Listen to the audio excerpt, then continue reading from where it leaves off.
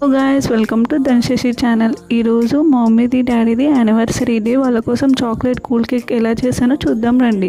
First ఒక cooling బౌల్లో whipping cream powder and milk రెండు సేమ్ క్వాంటిటీలో తీసుకోవాలి. దీన్ని మంచిగా విస్క్ చేసి ఒక 15 మినిట్స్ డీప్ ఫ్రిడ్జ్లో పెట్టాలి.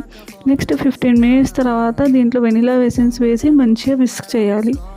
ఇట్లా కొంతసేపు చేసిన తర్వాత స్టీవ్ పీక్స్ వస్తాయి. స్టీవ్ పీక్స్ అంటే బౌల్ ఉల్టా చేస్తే అది కింద పడదు. నెక్స్ట్ మనం కేక్ బేస్ చేసుకుందాం. ఒక గ్లాస్ షుగర్ అండ్ హాఫ్లో హాఫ్ ఆయిల్ వేసుకొని మంచిగా విస్క్ చేయాలి. నెక్స్ట్ హాఫ్ గ్లాస్ పాలు వేసుకోవాలి. నెక్స్ట్ ఒక 2 ఎగ్స్ని మంచిగా విస్క్ చేసి దాంట్లో వేసుకోవాలి. మంచిగా విస్క్ చేసుకోవాలి.